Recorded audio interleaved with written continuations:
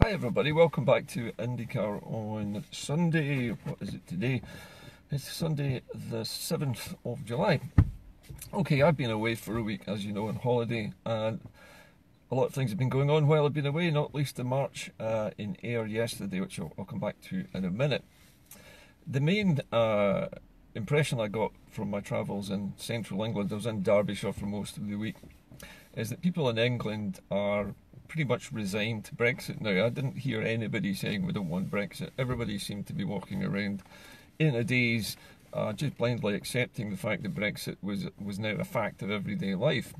The other thing that appeared to be the case was that nobody in England was in any way aware of any kind of unrest in Scotland or any kind of demonstrations for independence. They just weren't reaching the English television watcher. Obviously they've been given a different diet of news from the one that's available here in Scotland. So my impressions in England were that they're sleepwalking into Brexit and they just don't seem to care anymore. Up here it's very different, and as soon as I came home the atmosphere changed dramatically. The buoyant mood from the air march yesterday was infectious, despite the efforts, it seems, by the Ayrshire Council, the Ayr Town Council, whatever the hell they are nowadays, to thwart the march by diverting it out of the town centre on this spurious claim that there was some kind of unsafe building and they needed to close off the entire town centre. This is the third time now that unionists within town councils, city councils and so forth have attempted to damage independence marches, all under one banner marches, by sudden changes to the route or the timing of the march and changes of advice given by the police or the authorities. It's a very, very desperate measure to try and lessen the impact of 13,000 people marching through a small town full of conservative retired voters. Now, I noticed from watching the march that the march was very well attended, but very few people in the town of Ayr appeared to see it. But that was because of the change of venue, largely, as far as I could see. Marching along the seafront and through some of the back streets of Ayr didn't have the same visual impact on the inhabitants as marching right through the town centre. But then again, that was the whole point of the unsafe building. I mean, I'd almost go as far as to say that I think that the City Council might have loosened a few bricks in the building just to be able to condemn it. But that would just be speculation on my part. But the point is that here in Scotland, the appetite for independence is growing and growing and growing, despite the desperate attempts of the pro-union media and the pro-union politicians to say that there is no appetite. There very obviously is a huge appetite for independence now. Recent news reports that I've seen both in the Scottish newspapers and online have shown that the organisers of a union rally recently in George Square in Glasgow had to admit that despite claiming that they were expecting 5,000 people to show up in a pro-UK union rally in George Square, somewhere in the region of 1,300 actually showed up on the day, despite the fact that when I looked at the cameras, the maximum number I could see was maybe just 300 or 400, but then again they might have come and gone throughout the day. So the appetite for the union is nothing. It's insignificant considering the tens of thousands who show up regularly for every single independence march. No matter what town or city it goes in or through, people join it and the turnouts are gigantic. And it's a joyful, happy occasion, and at the same time, the same 10 or 20 individuals from the pro-union, what does it call themselves, a force for good, will turn up and shout through megaphones and wave their Union Jacks in a pitiful attempt to try and show that there is some kind of opposition to independence. So all this is well and good. The appetite for independence is healthy, and we've learned this week from John Adams, who is an independence supporter, that the Tories' secret vote, their secret poll conducted recently to find out what the public appetite was for independence in Scotland, claims to have a figure of 72% for independence if, and it's only if, there is a no-deal Brexit. There were several different conditions attached to the different votes, the different polls. But the main one was that allegedly 72% of Scots would vote for independence if there is a no-deal Brexit. Now, whether this figure is true or not, it is a reflection of the times that the Tories wouldn't publish the result of this poll. Now, why would they not publish it? If it showed that there was really no appetite for independence, they would have put it in foot-high letters of fire on Arthur's seat. But obviously there isn't. There isn't no appetite for independence. There's a fantastic appetite for it. Whether it's 72% or 59%, it doesn't matter. The point is the tide turned a while ago, and there is no way for England, or I'm saying England, but English MPs, English Tory MPs specifically, but any English MPs or shall we say MPs in Scotland who are members of English-based parties, there is no way for them to do a King Canute and try and turn the tide of opinion back. It's just not going to happen.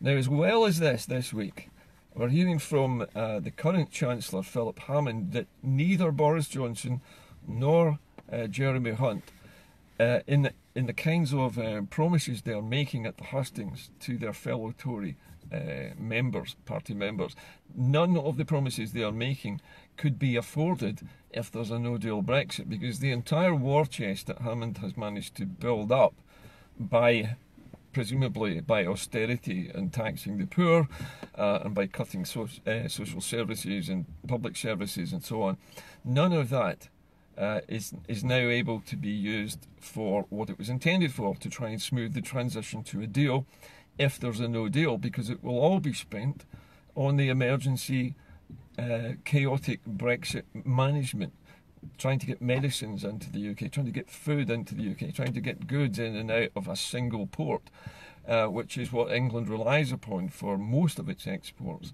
to the European Union. So, what Hunt is saying, what Philip Hammond is actually saying is that the past 10 years of austerity have meant nothing, because since austerity started, we started with £1 trillion worth of debt under the Tories when austerity began, and we were told that this was somehow our fault and that we had to take all of these cuts and all of this austerity in order to repay this debt. And now we find out from Hammond this week that the debt has now almost doubled to £1.8 trillion since the Tories took over and since austerity began. So it's very obvious that austerity is nothing to do with us paying down the debt. It is everything to do with controlling public spending and controlling the public and making sure that the poorest people in society, the ones who need the most help, die off from not getting enough help. We now know that there have been at least 130,000 avoidable deaths caused by austerity and poverty that has resulted from these austerity measures. So the Tories have done all of this for nothing. Basically, the debt is nearly double what it was, and I bet you any money the deficit isn't much better. I haven't seen figures on that yet. And England is sleepwalking into Brexit as though nothing is wrong. They're busy watching the cricket and the tennis and the football, and they're being fed this diet of wonderful British sports TV, while we all sit and wait for Brexit to just occur, and while we all sit and wait for the new leader of the United Kingdom to be chosen by a small club of wealthy individuals, mostly based in London and mostly middle class and retired people, while the rest of the 99.9999% of the population have absolutely no choice in what leader we get or in what policies are chosen for us. So how does this leave us in Scotland? Well, it leaves us no further forward, no further back, but with the independence vote rapidly increasing. The pressure upon both the SNP to act and upon the Tories to try and firefight this constant rising tide of independence fervour is putting pressure on all parties at the moment, and it's making the rest of us feel impatient for the change that we want, and particularly for the referendum that we want. And somebody asked me the other day, why is the SNP not doing anything about this? Why are they not acting now?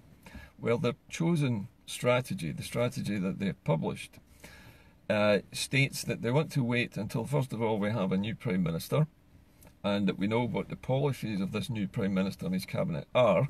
So in other words, we know what the approach is going to be to Brexit. And then secondly, we need to know what kind of Brexit we are facing. When is it going to happen?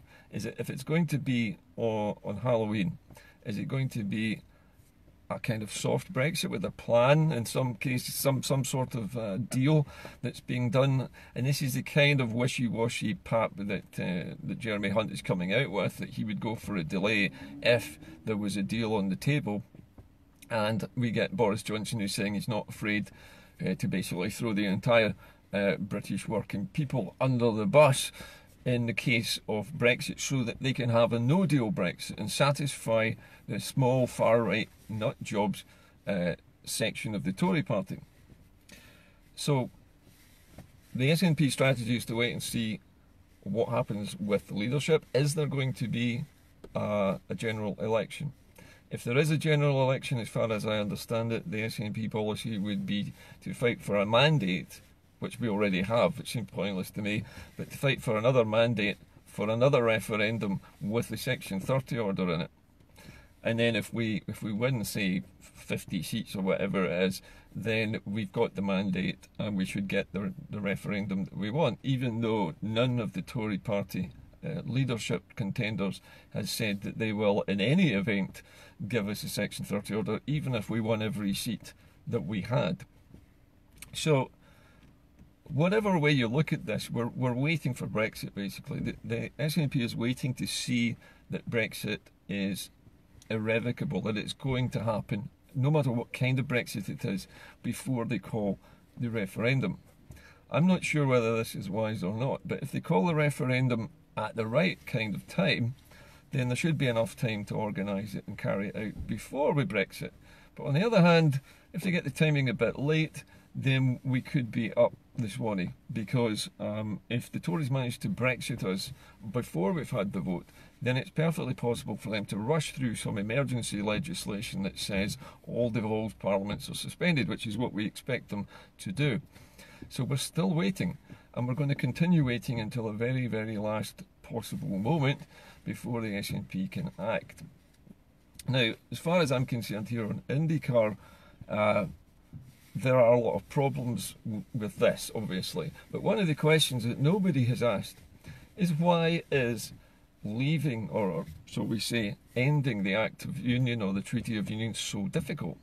Last year, we watched Donald Trump just say publicly that America was withdrawing from the Climate Treaty of Paris. Now, this is a big international treaty. You're just going to withdraw from that. And then he said he was going to withdraw from the international nuclear agreement that he had with Iran. Another treaty. Just withdraw from it. Nobody was asked. Nobody voted for it. No government was consulted. The administration in America just ended the treaty, just walked away from it. Now, how come America can walk away from a treaty like that unilaterally, without any voting, without any referendums, without any mandates, without any Section 30 orders of agreement from anybody? They can just end it. The question here is, why is it so difficult to end a treaty with England? Now, if you think about this just for a moment, right, the treaty with England is not an internal treaty of the United Kingdom. It was an international treaty which created the United Kingdom that we live in now. But the United Kingdom we live in now is the result of an international treaty between Scotland and England. Scotland can unilaterally end that treaty in the same way that Donald Trump has pulled out of these two other treaties. Because it's an international treaty between countries, we don't require England's permission to end it. And likewise, England doesn't require our permission to end it either. It's a bilateral agreement. If either party is unhappy with the treaty, they can say, sorry, we've had enough. But the SNP has chosen to go down the route of looking for consensus among the Scottish people first. So we need to have some kind of vote that says categorically to every other country that the majority of Scottish voters wants the end of the union with England, and they want to remain, say, in the EU. Well, the two things don't have to be tied together, but we want to end the union with England. Now, if we do that, and we go down this democratic route, and we even go to the bother of asking England again, out of courtesy, to sign a Section 30 order to say that they will agree to abide by the result of this, which is all they're doing, by the way, by denying the Section 30 order, is saying that we will not respect the wishes of a majority of Scots. But if we announce that we're having this democratic vote and that we have tried and failed repeatedly to get England to be reasonable and accept the result of this, at the end of it, we only really need to convince the European Union, 28 countries, that we've done everything democratically possible, including the vote, to say that we want to end the Union. And if England will not play ball, then we would expect the European Union to support our unilateral ending of the treaty. Because at the end of it, when you've exhausted every single legal international obligation that you have under international law, and the other countries still won't play ball, you should be entitled to walk away. And I think that's what will happen eventually. To me, the Union is a treaty between two countries. That makes it an international treaty. The treaty between Northern Ireland, or Great Britain and Northern Ireland as it is at the moment, and the Republic of Ireland is a treaty between the United Kingdom and the European Union. It's an international treaty. That's why they're so scared of this problem of the Northern Irish border. It is also an international treaty. And if Northern Irish people decided in a border pool that they wanted to reunify, then that treaty could also be walked away from. And this is the legacy of Brexit. And this is why England is in such a paroxysm. The people of England don't know that the Union will have to fall apart in order for Brexit to happen. The politicians know, Boris Johnson knows, Jeremy Hunt knows, that a Brexit of any kind will mean the destruction of the Union, first of all. That will mean the end of the treaty between Scotland and England, because this is a decision to leave a treaty which Scotland had agreed to, and a treaty which England had agreed to with the European Union. And when England acts to take Scotland out of an international treaty against its will, that breaks the Treaty of Union under international laws. As far as I can see, this is a zero-sum game for Boris Johnson and for Jeremy Hunt. If they take us out of the European Union, then the Scottish union with England is over. And it doesn't matter what they say, and it doesn't matter whether they sign a Section 30 order. All we need is the agreement of the European Union and the support of the United Nations under our right to self-determination, and the treaty is over. England can go in a sulk and ignore us as much as they want, but that will be to their detriment and not ours. And if they refuse to fairly divide up the assets and the liabilities of the United Kingdom when we do end the Union, then we walk away. We take none of the British debt that they took out. We leave them with that because they took that money, they borrowed it, we didn't. They're claiming that we're responsible for about 8% of the money that the English government has borrowed over the years, even though we never sanctioned it and we never asked for any money to be borrowed on our behalf. And we are definitely supporting the UK with over half of what we make in taxes each year is subsidising England, Wales and Northern Ireland at the moment. And when we leave, that 10% will go.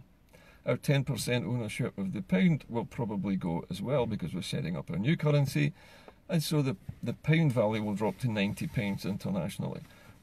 The UK with its £1.8 trillion worth of debt, and Northern Ireland now being a major millstone around their neck, and with now Canada refusing to give what's left of the UK a trade deal after Brexit, that was just found out today, they're going to be in a real problem, a real fix, because the only people that will be able to rescue England from this mess is America, because they're the only ones who've shown the slightest interest in Great Britain, if you want to call it that, after Brexit. So just hang on to your hats, folks. We have the right of it. We have the high ground, both legally, morally and internationally, to walk away from the Treaty of Union in the same way that Donald Trump walked out of the Treaty of Paris on climate change, and the way he walked out of the nuclear treaty with Iran, and I'm sure he's going to walk away from other treaties as well that he doesn't like. So if it's good enough for Trump, then it's good enough for me. We will walk away from England, but we'll have a democratic vote so that when it comes to presenting our case to Europe, we can show that the majority of Scots voted for it. And it doesn't matter whether English politicians agree or not. They don't have the power to stop it. It's an international treaty between two countries. And those two countries are Scotland and England only. We don't have any beef with Wales or Northern Ireland at all. We have no connection to them whatsoever. This is just between us, between Scotland and England only. If England wants to Brexit, fine, go ahead and do it. But Scotland won't be there to prop it up when it all turns pear-shaped, which it's bound to do. We will be doing our trade the way we want to with Europe, whether that's inside the European Union or with a free trade agreement of our own, is up to us. But at the moment, I would say to everybody, keep your head. Remember that these polls and these results that are coming out from various sources in the Conservative government are being leaked at the moment, probably on purpose, even though the people who publish them, publish them in good faith. These are being leaked on purpose so that we know that that there's a problem and that we know that our support is growing.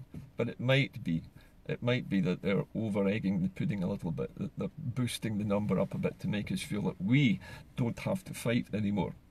We always need to fight, and we will continue to fight all the way up to and including the day of our referendum result, when we do win. And when we do win, I would predict that we will get over 60% for independence. I'm not sure if we'll get 72% with a no deal or not, because we don't know if we're going to get a no deal or not. But whatever happens, support for independence is now way over the 50% mark.